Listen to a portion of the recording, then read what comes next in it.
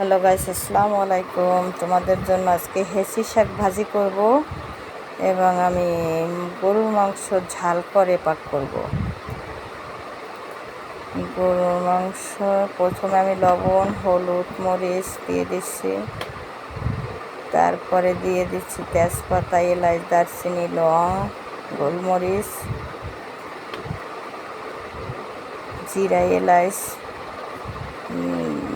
ধনিয়া বাটা দিচ্ছি, পেস্ট বাটা দিচ্ছি, কাঁচামরিচ দিয়ে দিচ্ছি, আদা রসুন দিয়ে দিচ্ছি, পেস্ট কুচি দিয়ে দিচ্ছি,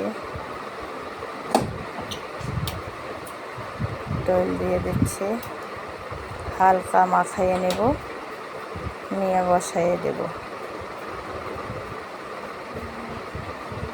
মাখানো শেষ, এখন আমি বসাইয়ে দেব।